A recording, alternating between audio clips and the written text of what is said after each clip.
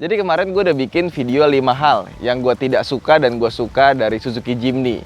Nah, berhubung ini ada Honda CR-V, sekalian aja kita bikin apa yang gue tidak suka dan yang gue suka dari Honda CR-V terbaru ini. Video ini gue bikin seobjektif mungkin, dan buat kalian yang punya Honda CR-V juga bisa langsung komen di bawah apa yang kalian tidak suka dan kalian suka dari Honda CR-V terbaru ini. Oke, saya Ridwan Hanif, tonton terus video ini, jangan lupa untuk like dan subscribe.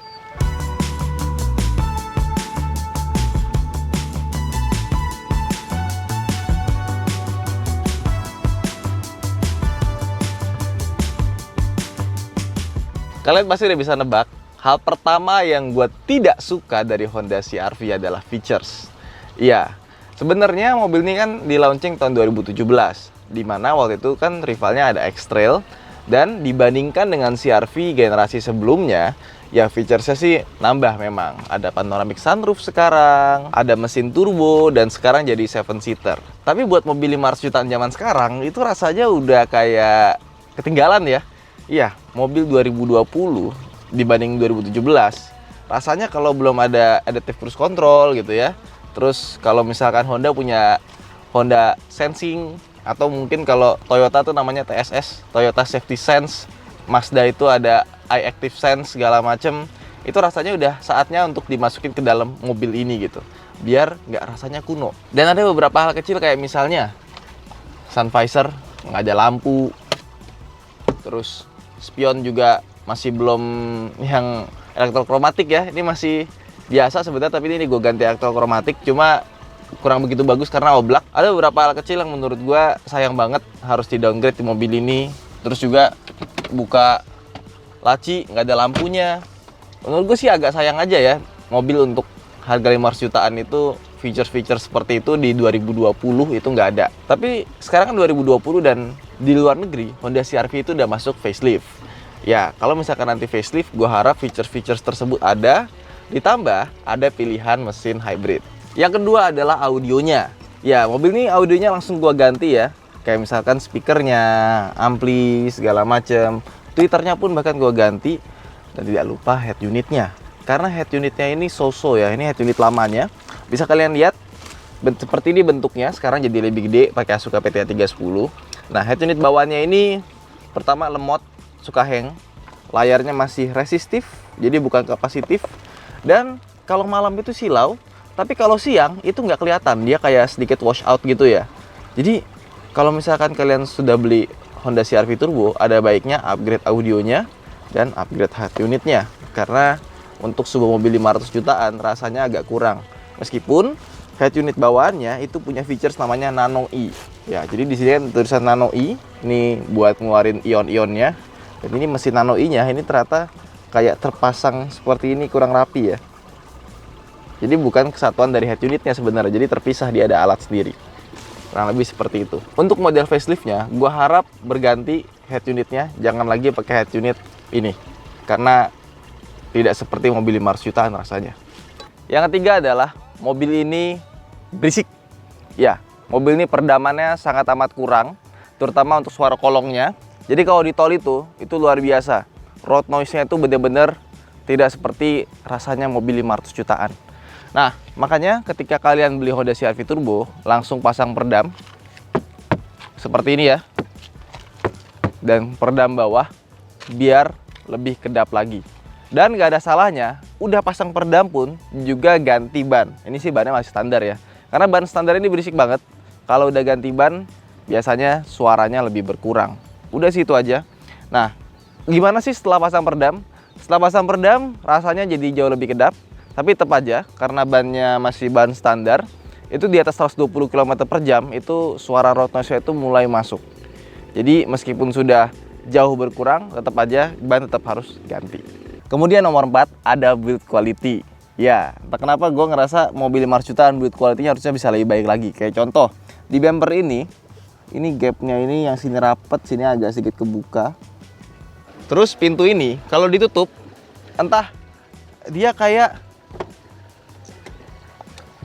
agak miring ke sini, terus pas mau nutup gitu dia agak miring kanan gitu, kayak nggak presisi ya. Lihat deh, nggak keluar ke kiri tuh, ada goyang dikit karena dia ke kiri sedikit. Habis itu baru menyesuaikan dengan si pintu belakangnya. Rasanya tuh kayak mobil habis kena tabrak, jadi pintunya tuh nggak presisi gitu nutupnya. Untung dia elektrik jadi nggak begitu kelihatan. Terus di mobil ini plastik buat cover steering column-nya ini ya. Ini entah kenapa kebuka dari awal. Awalnya ketutup, terus lama-lama kebuka, terus nggak bisa masuk. Udah, dia akan begini terus. Padahal kan ini nggak pernah dimodifikasi apa-apa dalam sini ya. Nggak kita kasih alat-alat tambahan gitu. Mau ngasih alat apaan? Apakah mobil gua doang atau semua CR-V kayak gitu? Kemudian di bagian bawah sini ini agak sedikit goyang, sama di sini juga goyang. Kemudian yang terakhir, yang menurut gua mobilnya agak kurang, itu berat. Mobil ini berat. Bukan bobotnya berat, bukan larinya berat, tapi ada beberapa bagian di mobil ini yang dioperasikan itu sangat berat. Kayak contoh, pintu. Pintu mobil ini itu cukup berat buat dibuka tutup. Gak cuma pintu bagian driver, tapi rata-rata semua pintu berat. Nah, waktu pertama kali gue dapat mobil ini, itu gue servis 1000, gue minta bagian pintunya itu dikasih grease atau dikasih gemuk. Ternyata jadi lebih enteng. Jadi ternyata waktu dikirim ke konsumen itu pintunya nggak dikasih grease. Atau mungkin grease-nya kering ya, karena udah kelamaan parkir gitu ya, di poolnya dulu ya kan. Tapi setelah lama ternyata grease-nya itu jadi kering lagi. Jadi harus dikasih grease terus biar pintunya enteng. Dan yang kedua, tombol transmisinya ini buat mindahin itu, ini rasanya berat. Jadi buat mindahin transmisi itu ya, ini kan ada tombolnya. Itu dipencet itu berat. Jadi kalau buat cewek itu agak susah. Ya istri gue pakai ini kok pencetannya keras banget ya. Dan pertama kali CR-V keluar, itu tombolnya itu suka copot dan nanti dia bisa muter. Nah, karena katanya suka copot, gua setiap bawa mobil ini gue sering pencet-pencet gini ya. Tapi ternyata setelah dipencet-pencet lama, itu lama pegel juga bro. Lama-lama jempol lu jadi gede, berotot, gara-gara mencetin beginian. Nah, terus di belakang kursi-kursi ini juga berat untuk dilipat. Kita tarik satu, agak sedikit berat. Pas bagian ngelipat di sininya, ini berat banget loh nariknya. Harus pakai tenaga baru bisa terlipat. Nutupnya lagi juga berat, naikinnya lagi juga berat. Ini enteng. Bagian ini enteng. Untuk geser ini pun juga nariknya ini agak sedikit berat, baru bisa kegeser. Jadi mobil ini harus pakai tenaga ekstra buat gerakin kursi-kursinya, mencet tombol dan nutup buka pintunya. Kemudian apa yang gua suka dari Honda CR-V Turbo terbaru ini? Ya, karena gue sebelumnya upgrade dari Santa Fe gitu ya, yang tahun 2014. Nah, di CR-V terbaru ini gue rasakan yang paling menonjol itu adalah handlingnya. Handlingnya top banget. Body rollnya cukup minim, steeringnya precise, dan steering lock to locknya pas kita muter balik itu pendek gitu. Cuma satu kali putaran udah mentok. Tapi juga dia punya radius putar yang lumayan bagus. Memang nggak sebanding kalau dibandingin sama Santa Fe, itu memang terlalu luar biasa radius putarnya, tapi ini juga oke. Jadi kalau misalkan kalian mencari sebuah SUV yang handlingnya bagus, selain Mazda CX-5, ini juga handlingnya bagus. Terus yang kedua, yang gue suka dari mobil ini itu adalah mesinnya. Ya, bukan CVT-nya ya, bukan transmisi CVT-nya, tapi mesinnya. Karena gue cukup lama pakai Honda CR-V generasi 3 yang 1400cc. CR-V generasi 3 yang 1400cc itu larinya enak, putaran bawahnya enak, putaran atasnya juga enak, tapi borosnya bukan main. Mobil ini dengan tenaga yang relatif kurang lebih hampir sama, tapi torsinya jelas beda ya. Nah, dia ini punya konsumsi bahan bakar yang sangat irit. Iya, karena gue pakai kebanyakan santai ya. Gue kemarin tuh ngisi full Klaten, Jogja, Klaten, terus Klaten, Kutoarjo ke Sumber Alam, habis itu balik lagi ke Klaten lagi. Itu bensin masih 3/4. Irit banget. Jadi kalau kita bawanya santai, ini masih bisa irit. Sedangkan yang CR-V 2400cc itu yang model sebelumnya mau dipakai irit juga boros gitu loh. Nah, tenaganya gimana? Tenaga jujur aja, dia baru keluar tuh di 3500 rpm ke atas. Kalau di bawah 3500 rpm itu rasanya agak kurang. Dan fitur ekonnya ini gue selalu nyalain. Kenapa? Biar irit. Gue pakai ini buat harian gitu ya. Dibandingin sama mobil 1500cc deh yang non turbo kayak Expander, kurang lebih konsumsi BBM-nya 11-12. Tapi ketika ekonnya dimatiin dan kita bawanya agresif, kita taruh di S gitu ya, itu langsung berubah jadi boros banget. Jadi Mesinnya ini bisa kita pakai irit-iritan, tapi ketika kita butuh tenaga, dia bisa juga ngikutin kita meskipun agak sedikit boros. Tapi ya wajar kalau kalian ngebut, irit kan nggak mungkin gitu ya, bertentangan.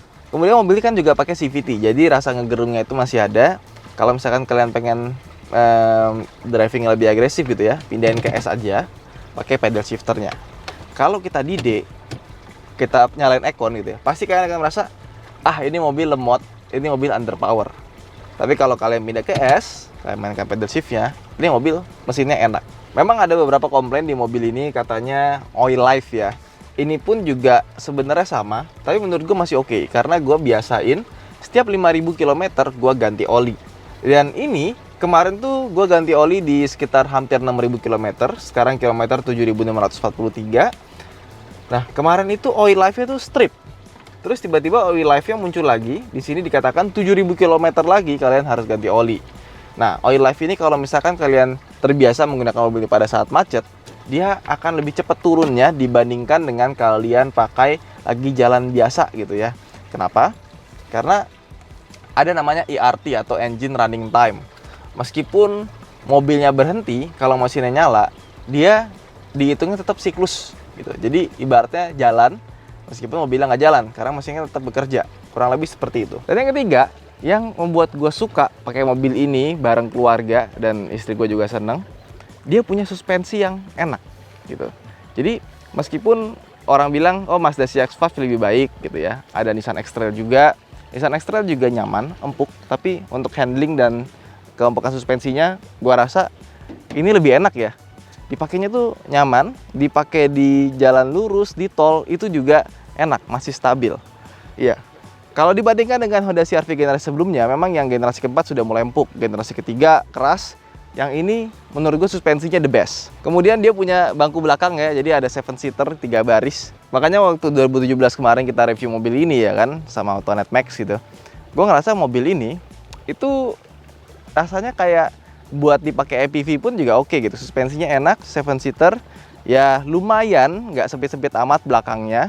Dan ada AC di baris ketiga, jadi rasanya lengkap gitu ya. Bener-bener all package. Kalau misalkan kalian punya budget beli Innova, nambah dikit dapat CR-V. Dan dipakai di bangku tengahnya pun juga enak. Jadi buat kalian yang pakai supir gitu ya, pakai driver, pengen di tengah aja deh gitu. Mobil ini juga bangku tengahnya enak. Kemudian yang gue suka dari mobil ini, dia punya storage yang banyak banget. Ya, praktis banget mobil ini ya. Mulai dari side door pocketnya, ini dia panjang depannya, ada cup holder 1, terus dia di belakang sini kita bisa naruh payung sampai ke belakang. Jadi ada lubang masuk ke dalam sini. Kemudian di sini juga ada storage. Di sini ada storage lagi, ada 2 buah cup holder, dan yang paling gue suka ini nih. Di sini ada gede banget ya. Ada separasinya. Kalau misalkan kalian pengen lebih besar lagi, tinggal dilepas. Kalian akan mendapatkan sebuah ruang yang sangat lega sekali. Di sini juga ini cukup besar glove box-nya. Di situ juga sama door trimnya, bahkan door trim belakang juga cukup besar. Belakang sini ada laci 1 dan di belakang sini ada laci 1.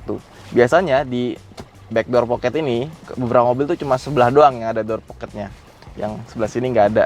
Begitu pula di belakang itu ada cup holder yang bentuknya lucu ya. Jadi mobil ini benar-benar dipikirin fungsionalitasnya. Oh ya, kelupaan, di sini ada tempat kacamata. Oke. Jadi kalau kalian cari mobil yang fungsional, dan gue sangat suka sekali mobil yang punya banyak tempat penyimpanan, ini adalah salah satunya yang bisa kalian pilih. Yang terakhir, yang gue suka dari mobil ini adalah desainnya. Ya, awal-awal pertama keluar sih biasa aja ya, ngeliatnya tuh ya begitu aja kayak lewat. Tapi makin lama, semakin dilihat, semakin ganteng. Di foto dari kiri, kanan, depan, belakang, gitu lama-lama kelihatannya semakin bagus.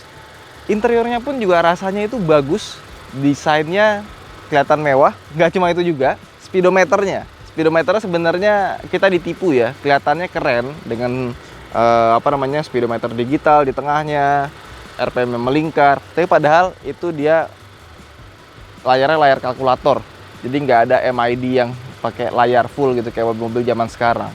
Kita ditipu sama desain yang keren, padahal itu sederhana banget gitu, nggak ada layar digitalnya, sama expander aja kalah gitu kan. Oke, itu aja vlog kita kali ini, 5 hal yang tidak gue suka dan gue suka dari Honda CR-V terbaru.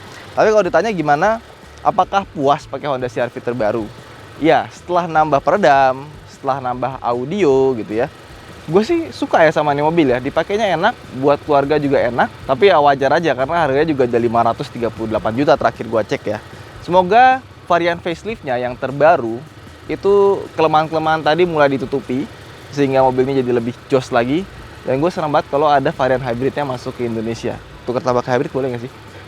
Itu aja mungkin vlog kita kali ini. Terima kasih telah menonton. Dan buat teman-teman yang pernah naik atau punya Honda CR-V Turbo bisa komen di bawah. Sebutkan plus minus versi kalian. Saya Ridwan Hanif, jangan lupa untuk like dan subscribe serta nyalakan lonceng. Terima kasih telah menonton. Bye.